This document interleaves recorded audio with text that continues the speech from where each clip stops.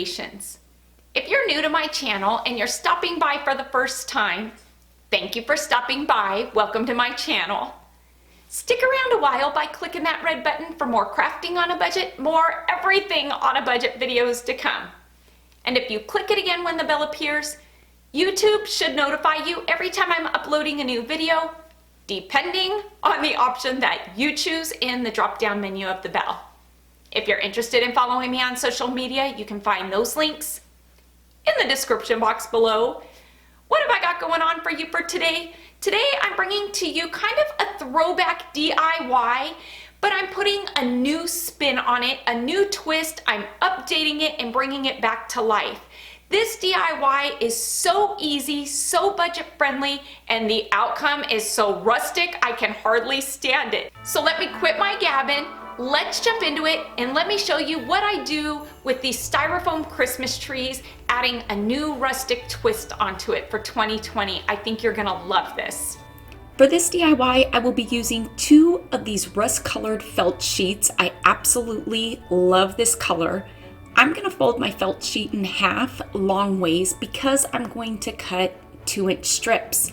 And by cutting it in half, it just makes it a lot easier to cut an even strip.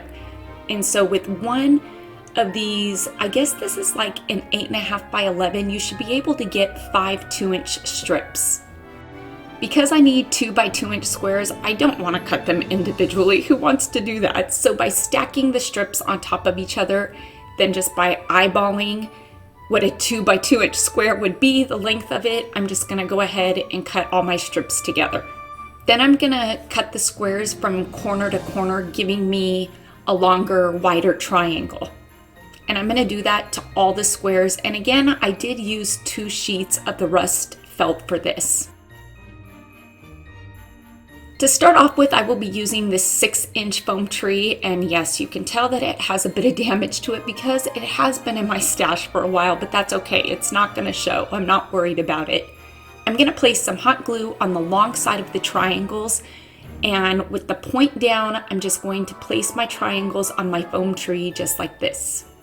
And I'm gonna do that all the way around the bottom, and I'm gonna overlap them just a bit because it kind of looks funny if you don't. And so you want to be left with kind of that open triangle in between the 2 felt triangles that you just glued. And so I think I put about 4 around the base of this to start off with. For the second row, we want to fill in these open areas here, and so we're going to do that just by offsetting the next set of triangles with that first row, filling in that opening. Now when you place your second row, you don't want to go too high up from the first row, you just kind of want to go right above it.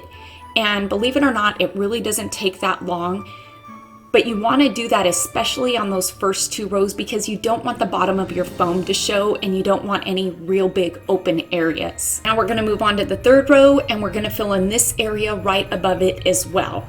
And you want to try and line that third row of triangles up with the first row, as you can see like where the points are. And so you're going to do that all the way around again, and we're going to work our way all the way up the tree, offsetting each row from the last row you just set. Once you've reached about this point in layering your triangles, look at how pretty that looks. I love it. You're going to want to stop.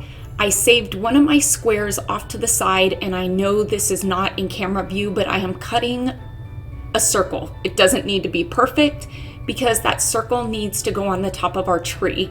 And so you want to place that before you go all the way up your tree with your triangles so you can cover the edges of the circle that lay over the top. Now that the top of my tree is covered, I'm going to go ahead and finish up my tree by adding more of the triangles.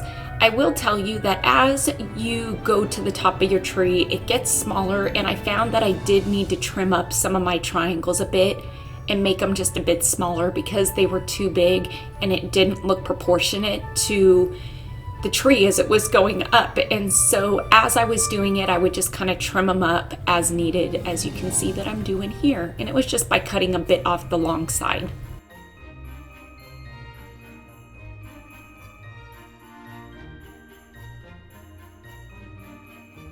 Dollar Tree's got these wood blocks by Crafter Square, which are amazing, but some of you may be saying, what do we do with them? Well, today we are going to use them for the base of our tree. So to put a hole in these, if you don't have a drill, I'm going to show you how you can put a hole in them using a Phillips screwdriver. Yeah, just a Phillips screwdriver.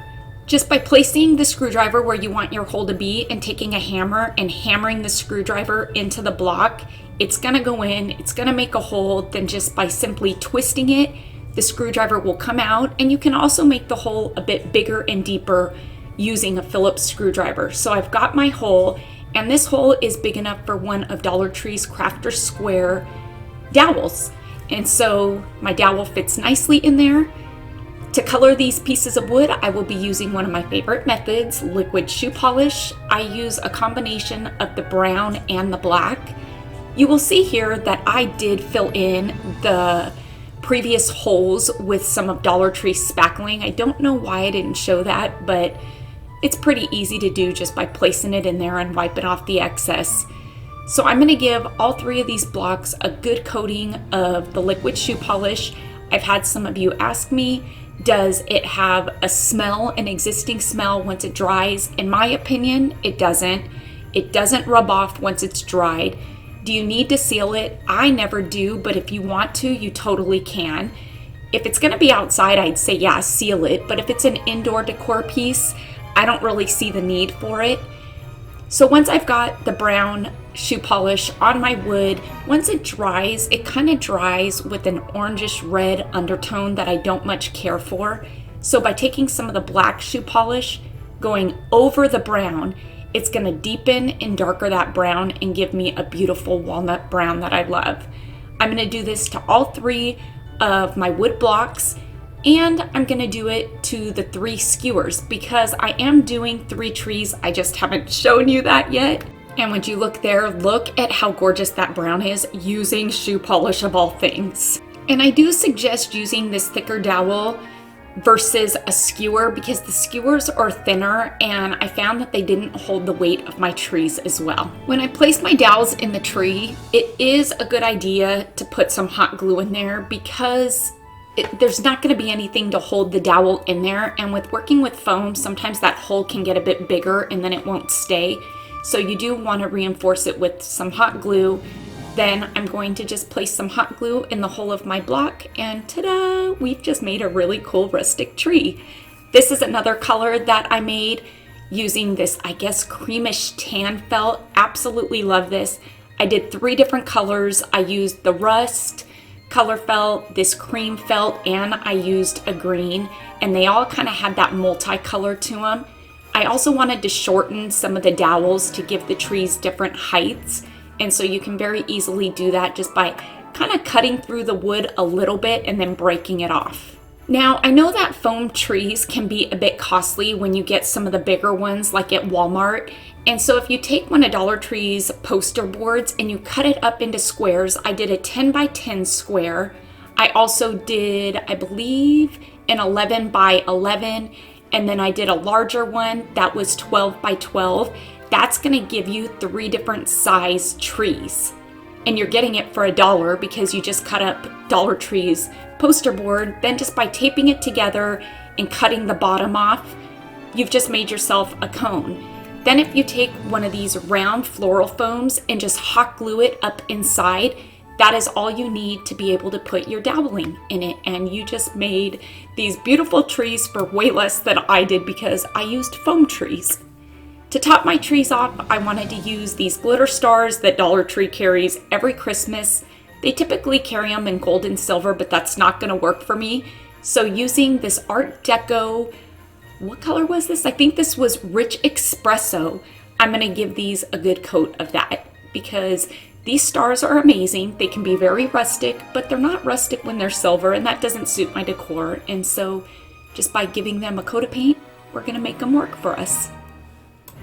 I don't need the coil part to this. It didn't look good on the tree. I did try it. So by bending it up and just taking some wire cutters, you can easily remove it. These don't pull off, so don't try because I did ruin a star by trying to pull it off.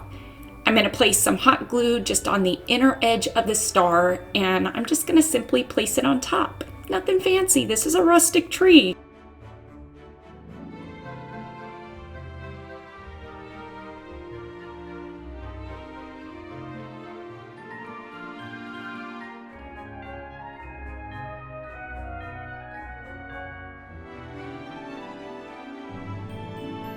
Oh my word, if you have not been to Kayla's channel this week, you need to head on over there because boy oh boy has she put a hilarious twist on these candy gift baskets that you are not going to want to miss. You can find the link to her video in the description box below. I love the outcome of these trees. They have such a rustic quilted Christmas feel because of that felt and because of the stain on the wood, and I just love them. I hope you all enjoyed this somewhat throwback Thursday of these Christmas trees, putting this new rustic twist on them and bringing them back to life. I think I like these better than the first set that I did 4 years ago.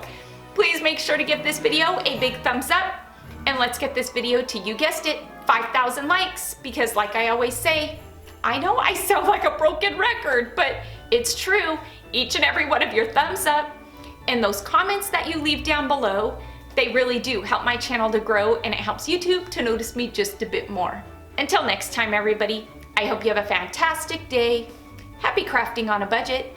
Stay happy, stay safe, stay healthy, but most of all, stay positive and